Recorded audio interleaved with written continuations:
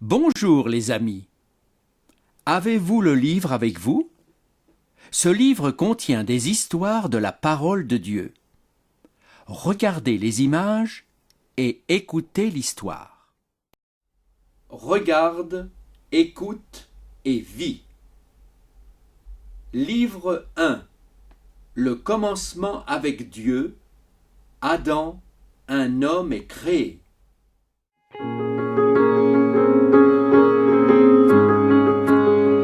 Image 1. Comment tout commence. Regardez l'homme sur cette image. Son nom est Adam, le premier homme qui vit sur la terre. Au début, il n'y avait rien sur la terre, seul Dieu existait. Il est le seul vrai Dieu. Il est esprit. Dieu est tout-puissant.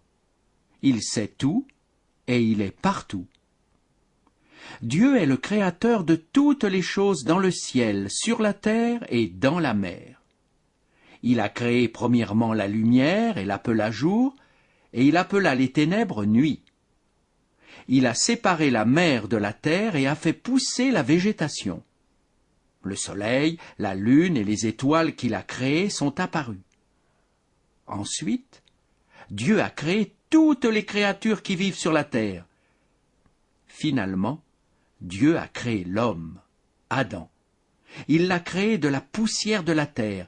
Dieu met son esprit dans l'homme et ainsi l'homme est créé à l'image de Dieu et à sa ressemblance.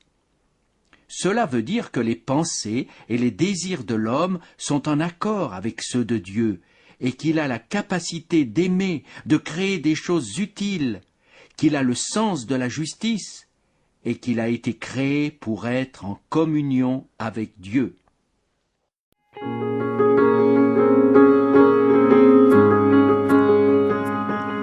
Image 2. Tout ce dont l'homme a besoin.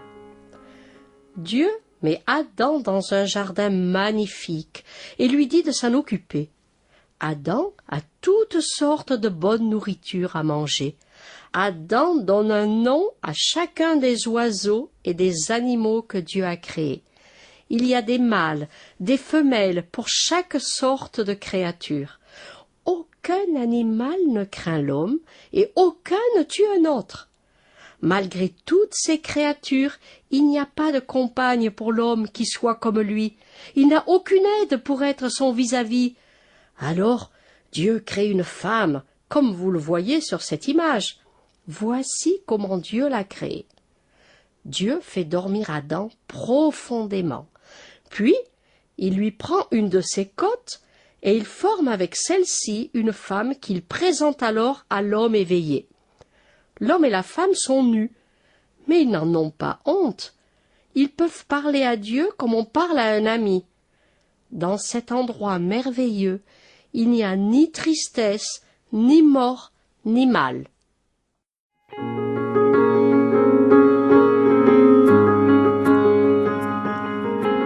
Image 3. Le péché est introduit. Un jour, Satan s'approche de la femme sous la forme d'un serpent. Satan était un ange de Dieu, mais il s'est tourné contre Dieu qui l'a créé. Il est devenu orgueilleux et voulait devenir égal à Dieu. Alors Satan est devenu l'ennemi de Dieu et il a entraîné avec lui beaucoup d'anges pour se révolter. Ils sont devenus des démons. Dieu dit à Adam et à sa femme qu'ils peuvent manger les fruits de tous les arbres du jardin, sauf de l'arbre de la connaissance du bien et du mal qui se trouve au milieu du jardin. Dieu dit que s'ils mangent de cet arbre, ils vont mourir. Mais Satan trompe Ève. Il réussit à la persuader de manger du fruit défendu en lui disant qu'elle ne va pas mourir comme Dieu l'a dit. La femme croit Satan plutôt que Dieu. Elle mange du fruit défendu et en donne à Adam qui est auprès d'elle. Dès qu'ils en ont mangé, ils se rendent compte qu'ils sont nus, ils en ont honte, ils ont peur et ils se cachent loin de la présence de Dieu.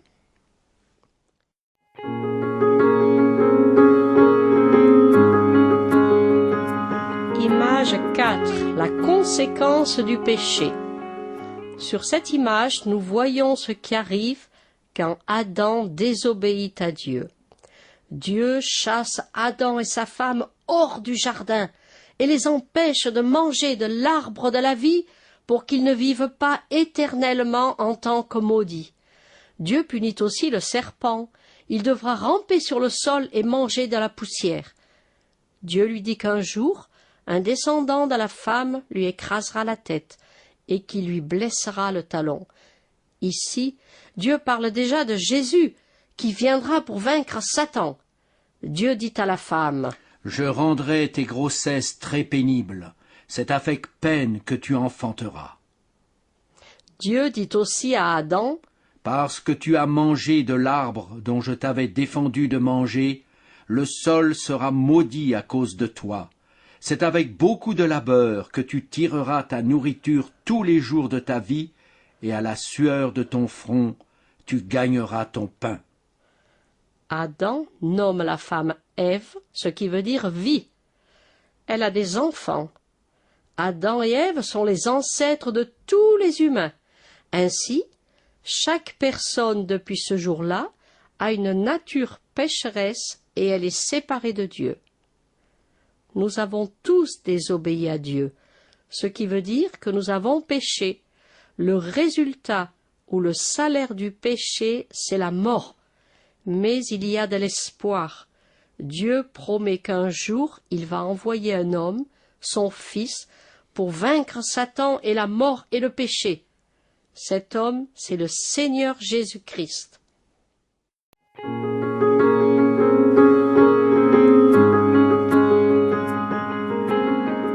Image 5.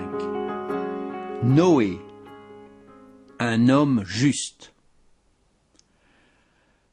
Les enfants d'Adam et Ève se multiplient sur toute la terre.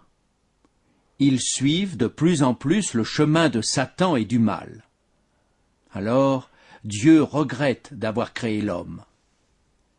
Mais il y a un homme du nom de Noé qui est juste et qui craint Dieu. Un jour, Dieu parle à Noé. Il lui dit qu'il va détruire tous les habitants du monde parce qu'ils ont rempli la terre avec leur violence.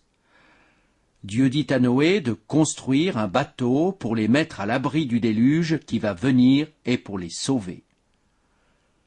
Noé et ses fils construisent l'immense bateau durant 100 ans. Les gens se moquent de Noé. Un jour, Dieu dit à Noé de prendre sa femme, leurs 3 fils, leurs 3 belles-filles et d'entrer dans le bateau. Dieu dit aussi à Noé de prendre un mâle et une femelle de chaque animal et chaque oiseau sur la terre et de les faire rentrer dans le bateau. Noé obéit et fait tout ce que Dieu lui a ordonné de faire.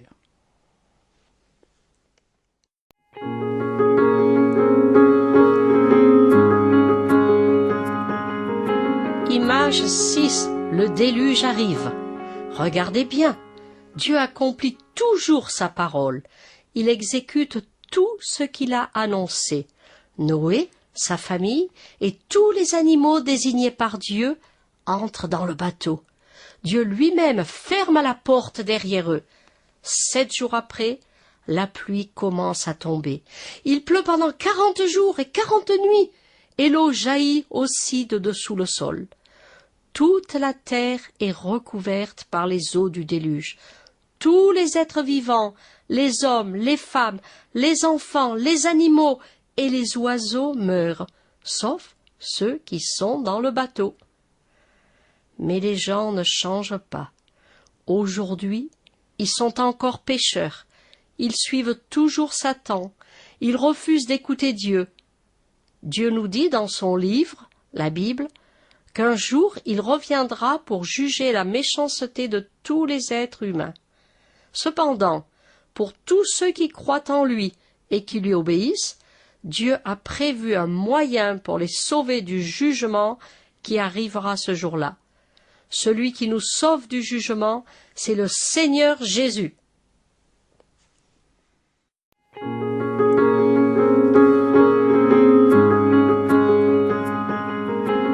Image Image 7. L'arc-en-ciel, la promesse de Dieu. Noé, sa famille et les animaux que Dieu a choisis restent dans le bateau pendant plus d'1 an.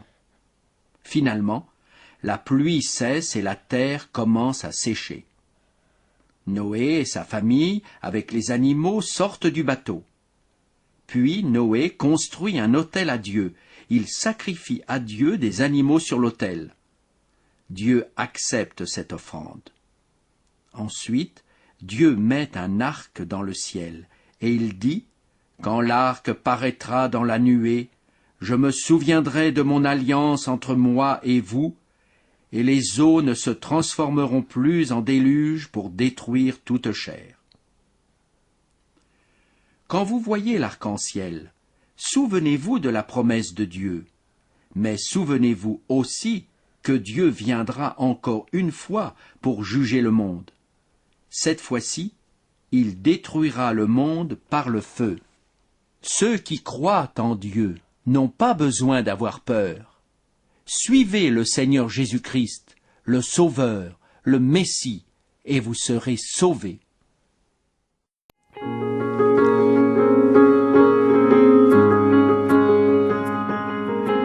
Image 8. Les descendants de Noé. Les ancêtres de toute l'humanité sont les 3 fils de Noé, Sem, Cham et Japheth. Dieu leur dit de se multiplier et de remplir toute la terre. Tout le monde parle la même langue, mais les gens ne veulent pas se disperser sur toute la terre. Ils désobéissent à Dieu et décident de construire une ville avec une tour qui doit atteindre le ciel. Dieu voit la ville et la tour. Il voit aussi toute la désobéissance et l'orgueil de tous les habitants de la terre. Alors Dieu dit, « Voilà un seul peuple. Ils parlent tous un même langage.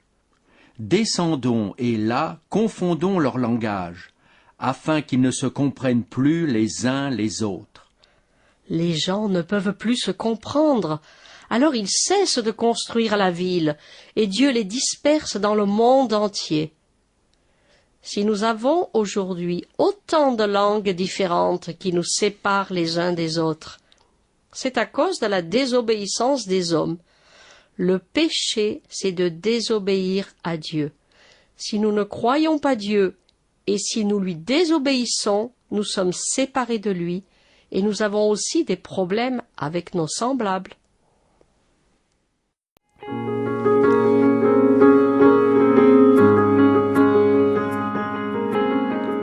Image 9. Job, le juste. Ici, nous voyons un homme appelé Job. Il est en train d'offrir un sacrifice à Dieu. Job adore et loue le seul vrai Dieu, le Créateur des cieux et de la terre. Job ne suit pas le chemin de Satan. Job a 7 fils et 3 filles, et il offre des sacrifices pour chacun de ses enfants. Job désire pour ses enfants que, s'ils offensent Dieu de quelque manière, Dieu pardonne leurs péchés. Job est agréable aux yeux de Dieu, qui le bénit. Il a de grands troupeaux et beaucoup de serviteurs. Un jour, Satan se présente chez Dieu, qui lui dit, « As-tu remarqué mon serviteur Job? Il n'y a personne comme lui, juste et droit, qui craint Dieu et s'éloigne du mal. » Satan réplique alors que Job aime Dieu seulement parce qu'il est riche et que Dieu le bénit. Satan dit à Dieu, « Touche à tout ce qui lui appartient, et je suis sûr qu'il te maudit en face. » Dieu sait que Job est un homme juste et bon, et qui désire plaire à Dieu. Il permet donc à Satan d'enlever à Job tout ce qu'il possède.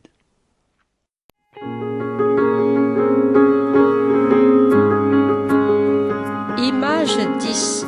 Une période de grande misère. Cette image nous montre la grande misère qui frappe Job. Ses serviteurs lui apportent des nouvelles terribles. Le premier serviteur arrive en courant et lui dit « Des ennemis ont tué tes serviteurs et volé tes bœufs et tes ânesses. Je suis le seul échappé. » Ce serviteur est encore en train de parler lorsqu'un deuxième arrive et dit « Le feu de Dieu est tombé du ciel, a brûlé le petit bétail et les serviteurs et les a dévorés. » Un troisième serviteur arrive pour dire à Job que les bandits les ont attaqués et que tous ses chameaux ont été volés. Un dernier serviteur apporte la plus mauvaise de toutes les nouvelles. Tes fils et tes filles mangeaient dans la maison de leur frère aîné, et voici un grand vent est venu de l'autre côté du désert et a abattu les 4 coins de la maison. Elle s'est écroulée. Ils sont tous morts. Alors Job se lève, déchire son manteau, il se rase la tête en signe de deuil, puis se jetant par terre, il se prosterne devant Dieu et dit « L'Éternel a donné, l'Éternel a ôté, que le nom de l'Éternel soit béni. »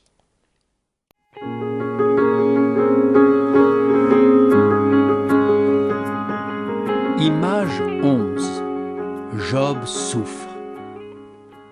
Un autre jour, Satan se présente encore chez Dieu, et Dieu lui dit « As-tu remarqué, mon serviteur Job ? Il n'y a personne comme lui sur la terre, juste et droit, qui craint Dieu et s'éloigne du mal. » Satan dit alors à Dieu « Étends ta main, touche à ses os et à sa chair, et je suis sûr qu'il te maudira en face. » Dieu permet à Satan de frapper Job, mais il lui défend de le tuer. Satan frappe Job d'une maladie terrible, d'un ulcère malin sur tout son corps. Job gratte ses ulcères avec un morceau de poterie. Sa femme lui dit « Maudis ton Dieu et meurs !» Mais Job lui répond « Nous recevons de Dieu le bien et nous ne recevrions pas aussi le mal ?» 3 amis de Job viennent le voir pour le consoler. Mais en le voyant, ils sont stupéfaits, déchirent leurs habits et ne trouvent aucun mot à dire. Ils essayent de découvrir la raison des souffrances de Job. Ils l'attaquent même, certains que Dieu le frappe à cause de péchés commis. Mais ce n'est pas la cause. Dieu lui-même vient et se révèle à Job, puis parle aussi avec les amis de Job. Dieu leur montre que lui seul sait tout et contrôle tout. Ils ne comprennent pas ses pensées profondes, mais Job, lui, apprend par la souffrance à mieux connaître Dieu. Il le loue et l'adore. Puis il dit « J'ai entendu parler de toi, mais maintenant mon œil t'a vu. C'est pourquoi je m'humilie dans la poussière et je me repens. »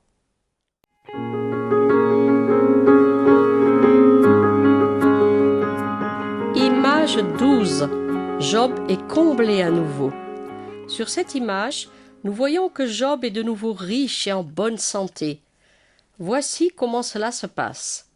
Quand Job rencontre Dieu, il comprend combien Dieu est grand et puissant. Il a honte de s'être plaint contre Dieu et d'avoir douté de sa sagesse. Ensuite, Job prie pour ses amis, car eux non plus ne comprennent pas la vérité de Dieu et son caractère qui montre qui il est. Dieu redonne à Job la santé et une fortune double de celle qu'il avait auparavant. Les parents et les amis de Job viennent manger et se réjouir avec lui, et chacun lui donne des cadeaux. Dieu donne à Job 10 autres enfants, 7 fils et 3 filles, et il vit si longtemps qu'il peut voir les fils de ses fils jusqu'à la 4e génération. Dieu veut que nous ayons confiance en lui, que nous soyons patients, persévérants, en nous attendant à sa bonté. Quand nous souffrons, Dieu connaît le pourquoi de notre souffrance. Il contrôle tout dans notre vie, et nous pouvons lui faire confiance, à lui qui sait ce qui nous arrive, et il nous garde. Souvenons-nous que Dieu nous aime. Il désire ce qu'il y a de meilleur pour ceux qui l'honorent. Comme Job, nous devons tenir ferme, car Dieu est plein de compassion et de miséricorde.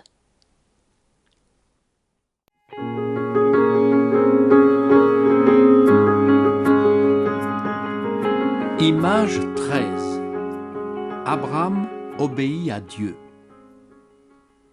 Les 3 personnes sur cette image partent pour un grand voyage. Elles quittent leur propre pays et leur famille. Dieu parle à un homme qui s'appelle Abraham. Il lui dit qu'il va lui montrer un nouveau pays où il peut vivre.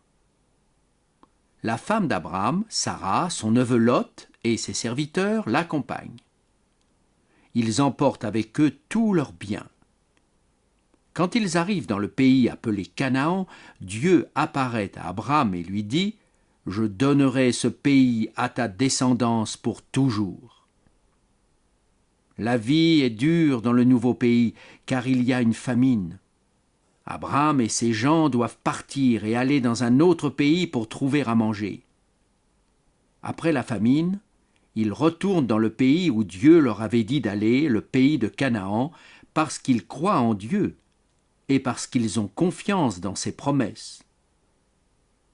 Dieu nous promet à nous aussi une nouvelle vie maintenant et une nouvelle patrie avec Dieu un jour au ciel, là où il règne. Mais nous devons avoir confiance en lui et lui obéir pour recevoir ses promesses.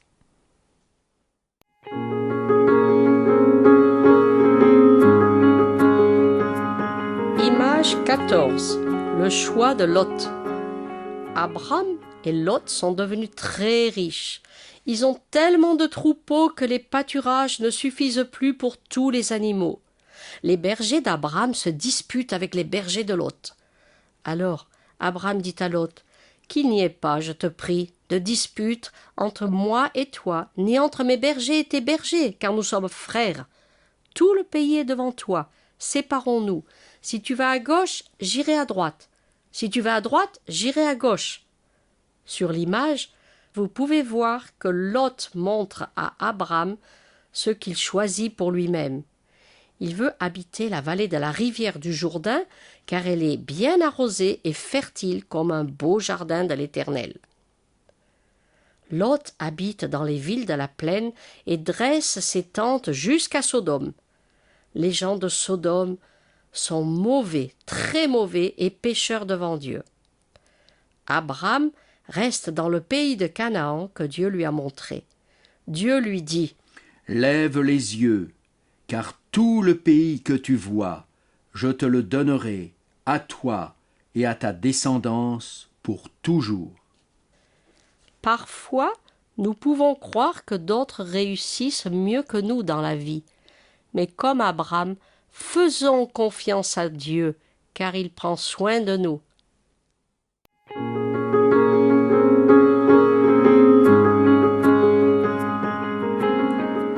Image 15. Abraham sauve Lot. Les gens qui habitent la vallée que Lot a choisie sont entrés en guerre avec 4 rois voisins. Lot et sa famille sont faits prisonniers avec les habitants de Sodome. Abraham prend 318 hommes braves parmi ses serviteurs pour aller libérer Lot. Il gagne la bataille contre les 4 rois et ramène tout le peuple et leurs biens. Puis il rencontre un roi, Melchisédek, roi de Salem, ce qui veut dire paix. Il apporte à Abraham du pain et du vin et il le bénit. Melchisédek est sacrificateur du Dieu Très-Haut. Abraham lui donne la dîme de tout, c'est-à-dire 1/10 de tout ce qu'il a. Le roi de Sodome veut récompenser Abraham parce qu'il a libéré son peuple et ramené ses richesses. Mais Abraham jure devant Dieu qu'il ne prendrait même pas un lacet de souliers du roi de Sodome pour que le roi païen ne puisse jamais dire qu'il avait enrichi Abraham. Les chrétiens n'attendent rien des gens du monde. Ils vivent de la bénédiction de Dieu.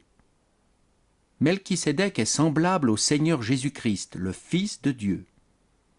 Il montre le bon chemin qui mène à Dieu.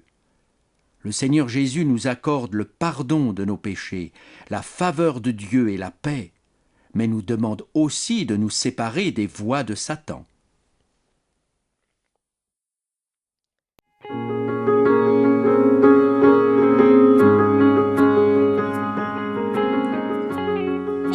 Image 16. La promesse de Dieu faite à Abraham. Après le retour d'Abraham de la bataille, Dieu lui parle dans une vision. « Sois sans crainte, Abraham, je suis moi-même ton bouclier, et ta récompense sera très grande. » Abraham rappelle à Dieu qu'il n'a pas encore de fils. Alors Dieu lui dit « Contemple donc le ciel, et compte les étoiles si tu peux les compter. Telle sera ta descendance. » Dieu redit à Abraham que le pays où il l'a amené était pour lui et pour ses descendants à toujours. Abraham crut en Dieu et en sa parole.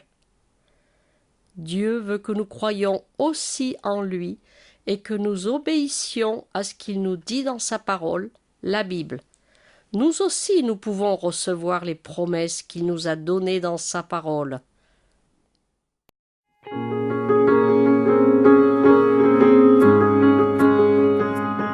Image 17. Ismaël est né. Regardez cette image. Abraham reçoit un fils. Il y a 10 ans qu'Abraham est venu en Canaan, mais sa femme Sarah n'a toujours pas d'enfant. Sarah a une servante appelée Agar.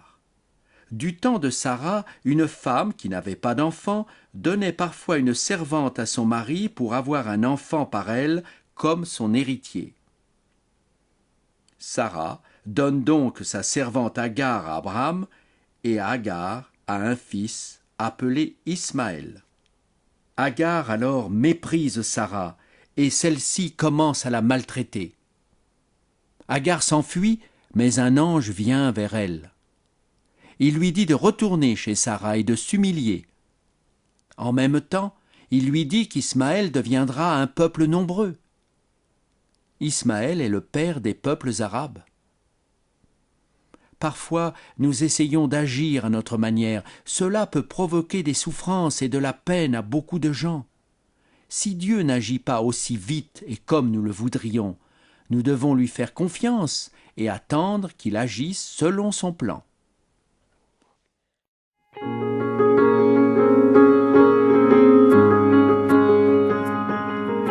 Image 18. Dieu renouvelle sa promesse. Abraham a 99 ans.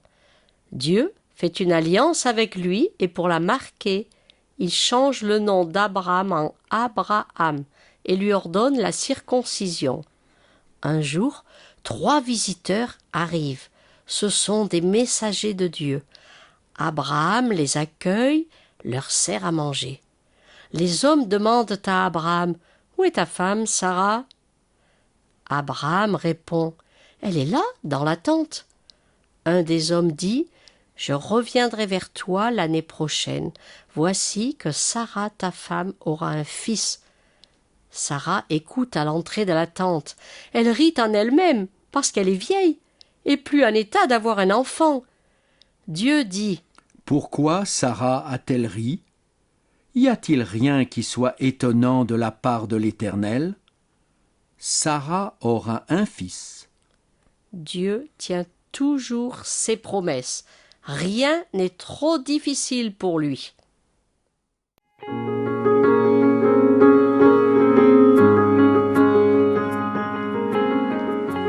Image 19. Abraham plaide en faveur de Sodome. Sur cette image, nous voyons Abraham avec les 3 messagers de Dieu.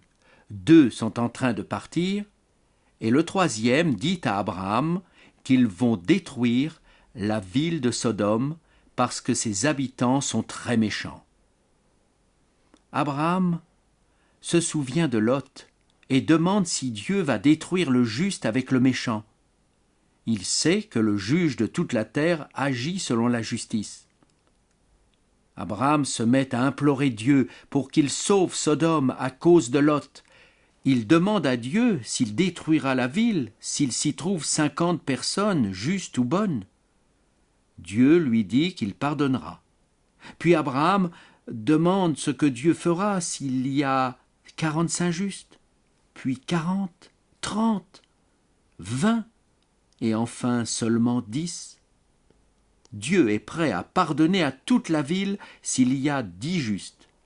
Mais dans tout Sodome, il n'y a même pas 10 humains justes devant Dieu. Lorsque les messagers de Dieu arrivent à Sodome, ils voient la grande méchanceté des gens. Alors du ciel, Dieu envoie du feu et du soufre brûlant.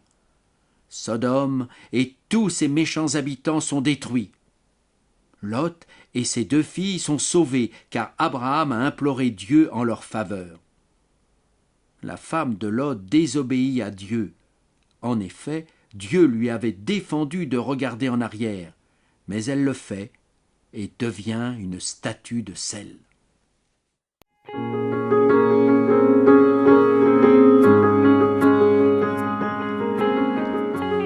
Image 20. Dieu éprouve Abraham. Sarah est trop vieille pour avoir des enfants, mais malgré cela, elle donne naissance à un fils, comme Dieu l'a promis. L'enfant reçoit le nom d'Isaac. Quand Isaac est devenu grand, Dieu éprouve Abraham. Il lui dit : « Prends ton fils, ton unique, celui que tu aimes, Isaac, et offre-le en holocauste. » C'est-à-dire en sacrifice entièrement consumé par le feu. Abraham obéit à Dieu. Il fait confiance à Dieu et il sait que s'il doit sacrifier son fils, Dieu est puissant même pour faire ressusciter Isaac d'entre les morts.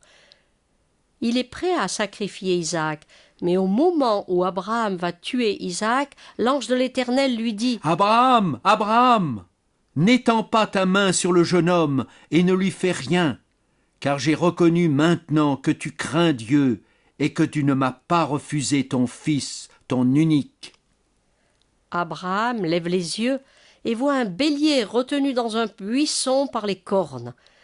Il le prend pour l'offrir en sacrifice à Dieu à la place de son fils.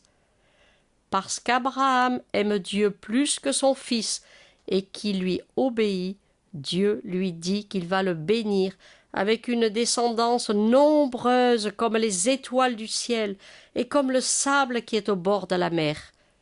Dieu dit que toutes les nations de la terre seront bénies par la descendance d'Abraham. Le descendant le plus grand d'Abraham, c'est le Seigneur Jésus-Christ qui nous donne le salut par son sacrifice sur la croix pour expier notre péché.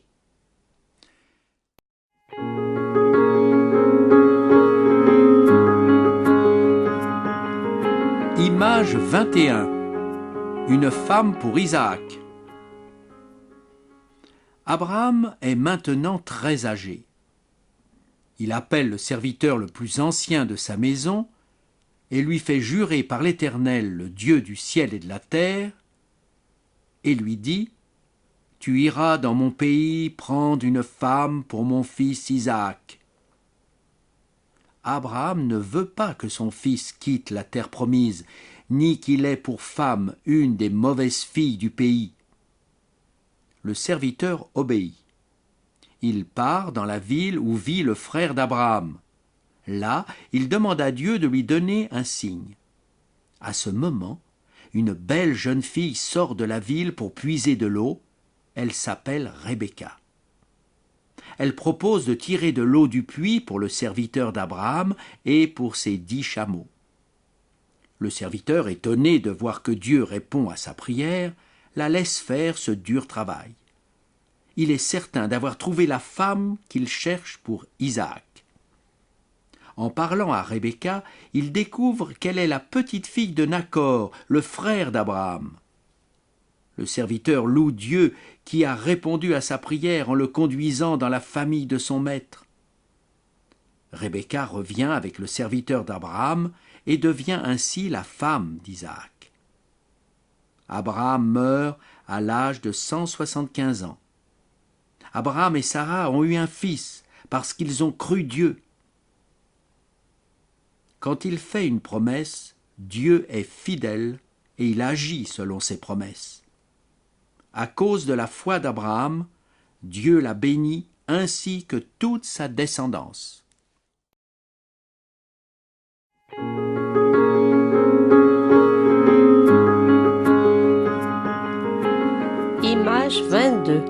La promesse de Dieu. La parole de Dieu est vérité. Dieu a dit à Adam qu'un jour Satan serait vaincu. Dieu montre par l'histoire de Noé que ceux qui suivent le chemin de Satan seront jugés. Il montre aussi par l'histoire de Job que toute la création est sous son contrôle, et par celle d'Abraham qu'il tient toujours ses promesses. Tout arrive comme Dieu l'avait promis. Lorsque le temps fut accompli, Dieu a envoyé son Fils. C'est lui qui est venu pour accomplir toutes ses promesses. Jésus-Christ est la confirmation des promesses faites à Abraham et à ses descendants. Dieu choisit le moment pour envoyer Jésus-Christ sur la terre, où il est né comme un homme. Sa maman était une vierge appelée Marie, de la descendance d'Isaac et de Rebecca. Mais Jésus n'a pas de père humain. Son Père est le Dieu vivant, le seul vrai Dieu. Jésus, dont la signification est « sauveur », s'appelle aussi Emmanuel, ce qui veut dire Dieu avec nous. Jésus est venu sur la terre pour nous sauver de nos péchés.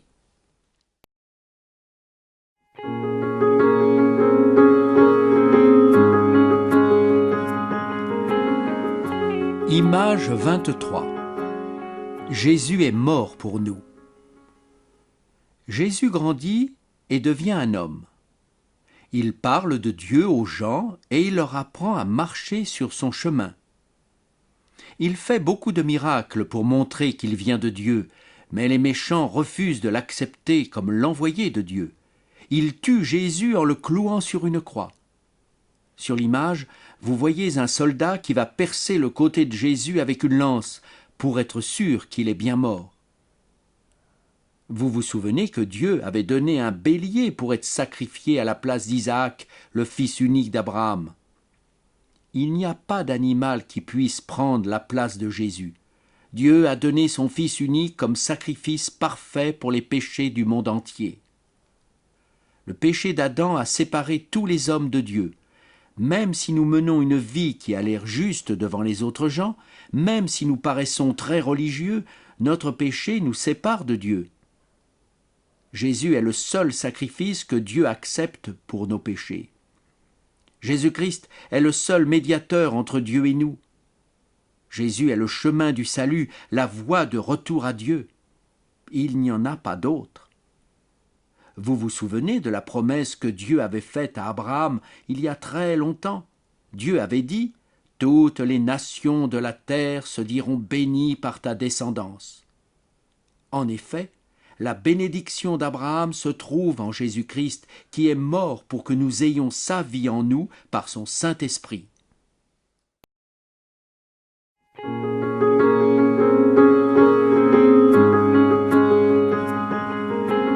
Image 24. Sauvé par la foi. Après que les soldats se sont assurés que Jésus est bien mort, son corps est mis dans une tombe. Mais le 3e jour après sa mort, Jésus revient à la vie. Il ressuscite. La mort ne peut pas retenir Jésus, le Fils de Dieu. Et il va se montrer à ses disciples. Ils sont tous émerveillés. Un des amis de Jésus, Thomas, n'est pas là quand Jésus apparaît aux autres. Ils lui disent « Nous avons vu le Seigneur !» Thomas répond « Si je ne vois pas dans ses mains la marque des clous, si je ne mets pas mon doigt à la place des clous, et si je ne mets pas ma main dans son côté, je ne croirai point. » Une semaine plus tard, Jésus revient vers ses amis. Jésus montre alors à Thomas la marque des blessures sur son corps. Il dit à Thomas « Avance ici ton doigt, regarde mes mains, avance aussi ta main, et mets-la dans mon côté.